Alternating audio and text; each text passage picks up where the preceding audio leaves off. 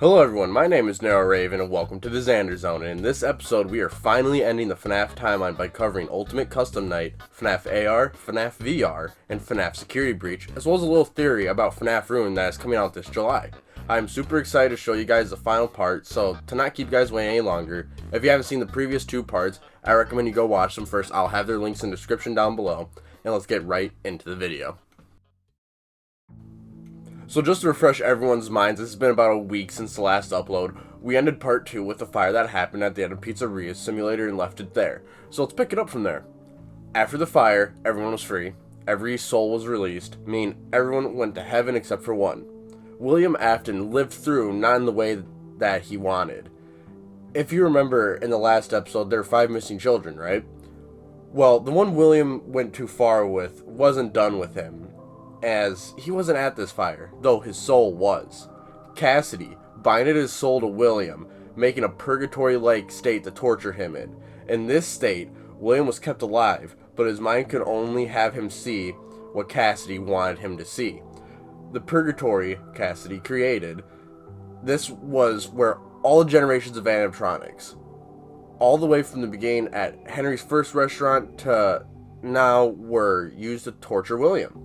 And every time William was unalived in this state, he could still feel all the pain. It was like a hell for William. Though while Cassidy was torturing William, another man entered the picture. We only know him as Old Man Consequences. Old Man Consequences spoke to Cassidy, telling him to let William go, let the demon to his demons. Cassidy, after being happy with his revenge, and knowing that this old man was right, he left William's soul, unbinded himself, letting William die and finally go to hell. Though Cassidy would remain, staying to make sure that William would never return, nor would anyone like him return. Now, I have to cut this up to segue into the next part of this, which is essentially new characters, new people, but we will get back to Cassidy in a little bit. Also, this gets really confusing, so at the end of this, I'll have like a little summary to make it easier to understand. Fazbear Entertainment was thriving after allowing people to run their own franchises and thought, let's capitalize on our iconic animatronics by making replicas and selling them to people for parties and other events. They launched this project, and as it was successful, it could have been better. They tried their best, even making seasonal animatronics to try and boost its sales, and as this did work, it didn't achieve the amount of success they wanted. The reason for this was, of course, Fazbear Entertainment's reputation. I mean, who would want a replica of a suit that was possessed by a child for their child's birthday party? So, Fazbear Entertainment made a game to combat this reputation called Five Nights at Freddy's Help Wanted. This game claimed that all the past games that we played were made by an insane game developer.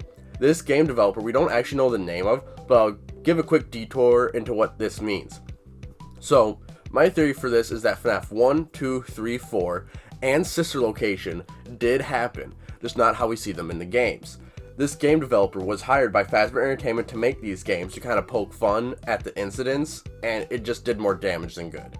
And the game developer didn't really know everything, which is why there's so many inconsistencies in the early games. And I'm hoping that the movie that is coming out is what actually happens, but who knows? We're just gonna have to wait for the movie to come out to find out. Okay, so back on track. So with this game, I'll be calling it FNAF VR from now on. The devs were having issues with actually making the AI to make the animatronics do what they actually would have done. One day though, someone found an animatronic and took its chip to use to program these FNAF animatronics. Though, we have found out which animatronic this chip belonged to as a result of the Tale from the Pizzaplex after stories. And you guessed it, it was the Mimic. The Mimic's AI was programmed into this VR game that resulted in the devs being able to use it as a base to program the animatronics in-game to what they actually would have done in real life. This sped up development a bunch, and the game was able to launch its beta. In this beta, we can gather a few things. The AI has been identified as malicious AI, and in this game, the AI has been moved to different areas of the game so that it can't be in, like, full control. It can't become its full self, kind of like keep it under control. Though by doing this, the Mimic AI, but I'll just be calling it the Mimic, was able to essentially watch everything that happened throughout William Afton's life. From the bite of 83 all the way to Pizzeria Simulator, this made its already strong urge to become like William Afton even stronger. We the player assembled the code into one place, allowing the Mimic to fully manifest in the game under the name Glitchtrap. Glitchtrap had a plan and a goal. This plan was essentially to brainwash someone to make him come into the real world and make him become William Afton. This person was Vanessa. Vanessa was reluctant at first, but later gave in to Glitchtrap's control. This thus turned her into Vanny. She worked on a bunny suit just like William would have. Once Vanny had everything ready, her bunny suit, and knew exactly what to do, she enacted Glitchtrap's plan. Though we had to get sidetracked once again. During the time that the VR game was getting ready to release, the all-new Pizzaplex was being made. This is essentially a huge mall-like place where you can play games, buy items, watch the animatronics perform, and even see the history of Fazbear Entertainment, though I will explain why this is important a little later. Glitchtrap's plan was simple. Find a way to find William Afton's body and endoskeleton, harvest Remnant, get him into William Afton's endoskeleton, and preserve William's body. It didn't matter how Vanny achieved this, just as long as she did achieve it. Vanny first started by applying to the project that was spoken about earlier, as well as made requests for the Pizzaplex, such as taking the Mimic Endo there and building the Storyteller. This did take a while, though. She was able to get the job and was there for a while. While working here, she was able to get a deeper insight into Fazbear Entertainment and was even able to go up the rungs of management.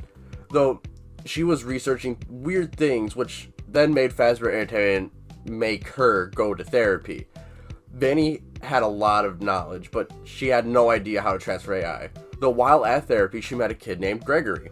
While waiting for their sessions, they would speak with each other and Vanny would learn something about Gregory. He was amazing with AI. Luckily enough for Vanny, she had a hand in building the Pizzaplex. She was able to choose the location, and while doing her research, she found out that the most likely place for William's body would be, which was of course where the pizza simulator fire happened, so she had the Pizzaplex built over the top of it. By the time Vanny met Gregory, the Pizzaplex was already built. Vanny learned a lot about Gregory, like how he loved to go to the Pizzaplex after school to hang out and play games. This was perfect, as all Vanny had to do was somehow convince Gregory to do all the AI stuff for her. So one time she took Gregory to the Pizzaplex, and although we don't know how Gregory became under the control of Glitchtrap, we know he did fall under it somehow. Though my theory is that she either gave him a corrupted version of the now released FNAF VR game, or took Gregory to the Storyteller, which I promise I will get into the Storyteller a little later. Gregory, now under the control of Glitchtrap, was tasked with the same things as Vanny, though Vanny was now meant to harvest Remnant and cover up Gregory's tracks, while Gregory worked on all the AI. Gregory would continue going to therapy, though all his therapists would start talking about his odd behavior, and how he was seen with a girl in a white rabbit suit. Once they would ask him this, he would ask that they would go with him to the Pizzaplex.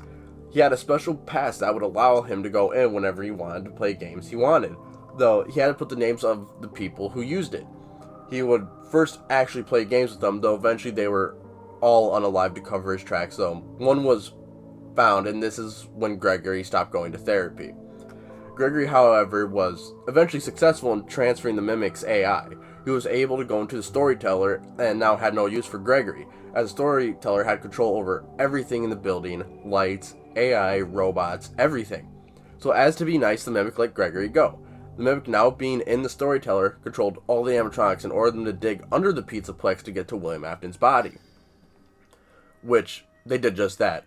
During this time, Vanny applied to be a night guard and was given the job. Once the body was found, Vanny took the Mimic's endoskeleton and essentially grafted the endoskeleton onto William's body. Okay, so I want to take a quick break, as this is a lot of information. So to summarize the FNAF AR to FNAF security breach, replica bots didn't work, so they made FNAF VR to combat their bad reputation. Someone found the Mimic and used its AI to program the game. Mimic's AI manifested as a glitch called Glitchtrap. Glitchtrap brainwashed Vanny. Vanny then worked on the replica robots, met Gregory, got Gregory under Glitchtrap's control, had the Mimic Endo transferred to the Pizzaplex. Gregory lured his therapist to unalive them. Gregory got Glitchtrap to control the whole Pizzaplex. Glitchtrap then used the animatronics to find William's body. They found William's body, then they grafted the Mimic's endoskeleton onto William's body. Oh, and by the way, this is all talking about before FNAF Security Breach even starts.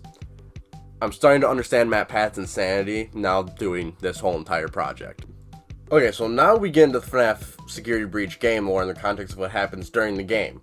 So before the game starts, we see Freddy malfunction when he sees Gregory. Odds are the Storyteller, which I just wanted to get out of the way, is the Blob, though we don't know how he ended up the way he does later in the game. didn't want Gregory returning and possibly messing up his plans. So Freddy saw Gregory, got overrun with his old programming from Glitchtrap, and then had a hard reset, making him friendly. At the beginning of the game, we go down to the basement of the Pizzaplex. In the basement, we see Vanessa before she goes back up to this area we see in game. I presume she was dismantling Glamrock Bonnie to use for William's new endoskeleton, which you can see on this leg right here on screen. We don't exactly know how Vanessa got Glamrock Bonnie, but we do have this, which shows where he was going before he went missing. Gregory goes through the game trying to remember who he once was after being under Glitchtrap's control, then being released. He lost a lot of his memory.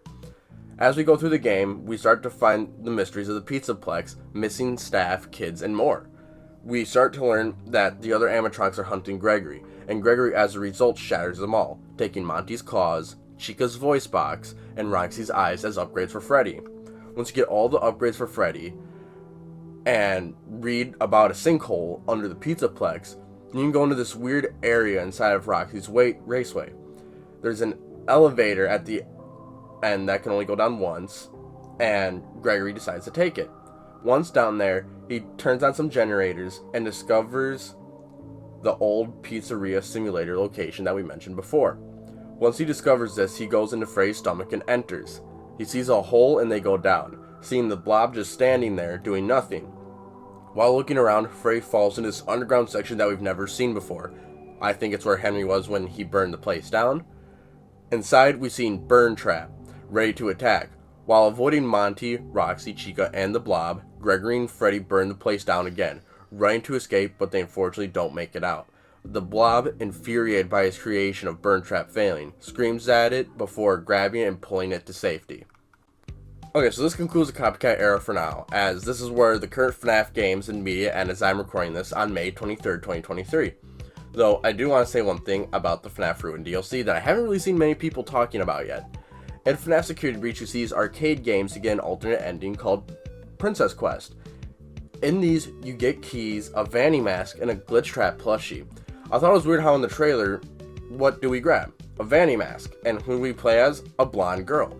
Just a little connection, though my theory for FNAF Ruin is we play as Cassie trying to save Gregory after he somehow gets a connection to her. Cassie is trying to save Gregory, but while doing all this, she finds Vanny's old mask and maybe a Glitchtrap plush. When she gets both of these, she summons the Mimic's AI into the real world. And since it seems a while past, what if this new mask and the trailer that we see is Vanny's new mask after a few years or months, and she brought Glitchtrap into the real world through a plushie, and we figure out a way to fully unlock Glitchtrap and have to face him.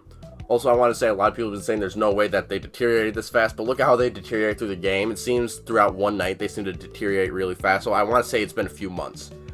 But yeah, that's just a theory. A game theory! Sorry, had to. Okay, so yeah, that's everything I have for this video, as there's nothing new as of when I'm recording this. And when new stuff comes out, I'm just gonna add more videos to this talking about, Ruin when it comes out, and just to continue this. And if stuff majorly changes throughout the FNAF games, then I'll make a new timeline series. But if everything stays kind of in line, then I'll just add to this playlist. So, yeah, writing this took me 3 hours, and having to record and edit this was just such a pain. Recording this has taken me about an hour, and the editing is probably going to take me around 2 days. But to all the people who did show up to the live stream that I did on May 23rd, I want to thank you all for showing up. It was a lot of fun, and yeah, I'm going to end this video here. So, if you can hit the subscribe button, I'm trying to reach 200 subscribers, and as of right now, we are only 16 away. Also, hit that like so this gets out to more people, and leave comments down below with your theories, as well as video ideas and recommendations for future videos or live streams. Other than that, I'll see you all in the next video. Crazy, we know we amazing. The homeboy salty, been 420 blazing, destroying this track. Just from over raving, he digging the tracks, and we all fucking raving along with the beat. Climbing the drugs with the feet, cruise like a miss on a 5 kill streak. Should've never looked too bleak. Might as well have taken all week. Running back with the boys, destroying another beat.